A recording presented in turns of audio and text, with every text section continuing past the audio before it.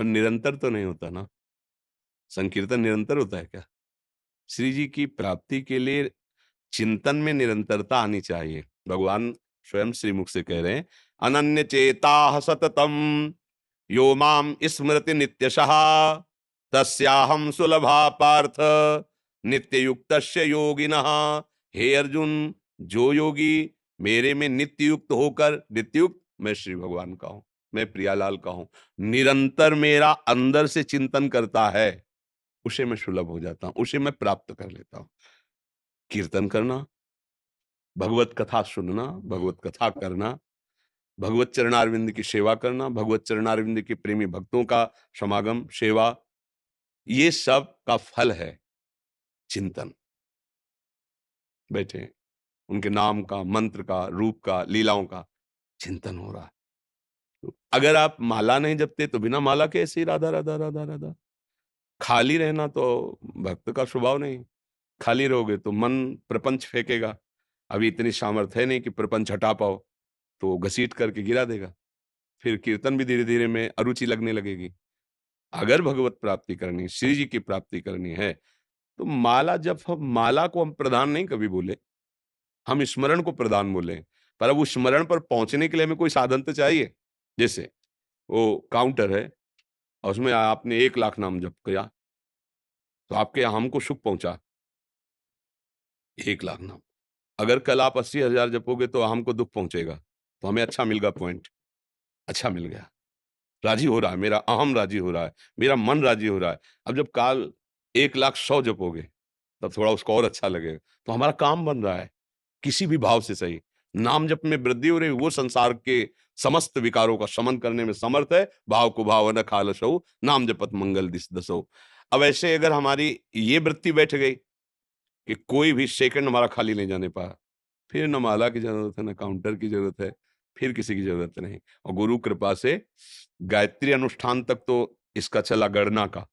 फिर जब गुरुदेव भगवान ने आगे की बात बताई, फिर इसमें हमारी शिथिलता हो गई थी माला में, क्योंकि माला में गणना और चिंतन और पूरा होने पर चूम, वो सब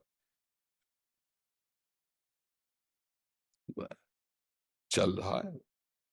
एक क्षण भी जीवन का उद्देश्य बना लिया, एक क्षण भी भगवत विस्मरण नहीं होना। अगर हम बात करते तो हमें भगवत विस्मरण होने लगता। शुरुआत की अभ्यास, तो जिससे बात करते उसके चेहरे पर नाम लिखने लगते हैं। जी हाँ, वो समझ रहा है मुझे एकाग्रता पूर्वक देख रहे हैं। हम उसके चेहरे को तो देख रहे हैं, लेकिन चेहरे को नहीं देख रहे। बात तुमसे कर रहे हैं और नाम लिख रहे हैं तुम्हारे दिमाग में, तुम्हारे माथे पे, तुम्हारे पूरे चेहरे में नाम। आधा घंटा बात की, 1 सेकंड भी विस्मरण नहीं हुआ। अभ्यास, हर जगह अभ्यास। साउंड बज रहा है, में बहुत विक्षेप होता है। जब साउंड बजता तो अंदर की सुनने में, इसमें विक्षेप होता है। कमजोर नहीं रहना, जहां साउंड बजे वहीं खड़े होके ऐसा अभ्यास बना कि जितनी जोर साउंड उतनी जोर अंदर से मंत्र। हर जगह भूखे रहने पर भजन में अरुचि होने लगती। कई कई दिन भूखे रह के, छक के पाने पर प्रमाद आने की संभावना रहती है। खूब अच्छे से पाके, भूखे रहकर, पाकर, सर्दी गर्मी, समाज में, एकांत में, हर जगह अभ्यास फिट। नाम जब हमारा नहीं छूटेगा, भगवत प्राप्ति हो गई। उसमें कोई अलग से थोड़ी करना पड़ता है, समझ रहे ना? अब हम माला ना माला इस पर नहीं, हम इस एक एक क्षण, एक एक श्वास खाली नहीं जानी चाहिए। चाहे माला से करो, चाहे काउंटर से करो, चाहे ऐसे ही करो। वो तुम्हारी बेईमानी करोगे, आप अपने लिए करोगे। मतलब नहीं, हम तो दिन भर जैसे किसी से 24 घंटे भजन करते, बेईमानी है। अब अगर हमसे पूछा जाए कि आप खुलकर बोलो 24 घंटे भजन करते हो, तो हम रुक जाएंगे कि अब ये निर्णय तो हमारे गुरु जी और श्री जी बताएंगे। क्योंकि कहाँ चूक हो रही है, कितने सेकंड विस्मृत हो गया, ये तो श्री जी जाने ना। अब हम तो सावधानी पूर्वक चल ही रहे, पर हम अब भी ये नहीं कह सकते कि, नहीं कह सकते। अगर चूक हो रही तो मालिक देखें, स्वामी देखें, गुरुदेव। प्रयास हमारा यही है कि 1 सेकंड भी चूक नहीं होने देंगे, खाते पीते, उठते बैठते, चलते फिरते। और लोग कह देते हैं हम तो 24 घंटे भजन करते हैं। 24 घंटे भजन, एक दिन करके देखो 24 घंटे भजन। एक दिन केवल, एक दिन केवल 24 घंटे भजन करके देखो, फिर हमें बताओ कैसा लगता है।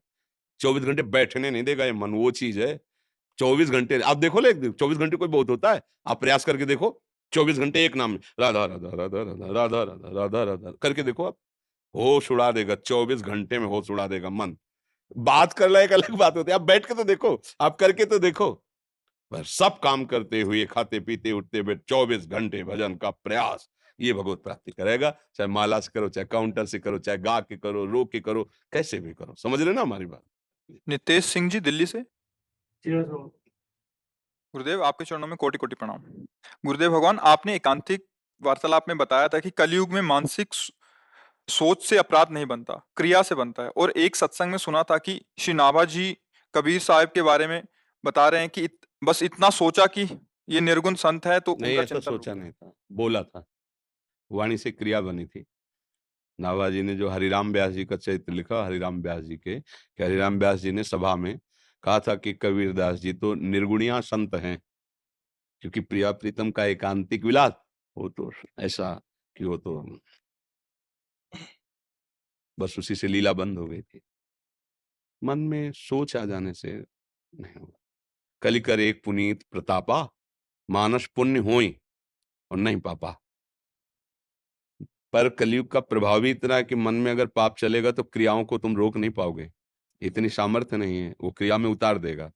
इसलिए उचित यही है कि मन अपना जाल ना बिछा पावे और हम उसको काटते रहें, तो उसके लिए नाम जप है। वो जाल बिछा रहा है गंदगी को, हम राधा राधा राधा, हर जाल उसका कट रहा है, वो तुम्हें फंसा नहीं पाएगा। समझ रहे ना?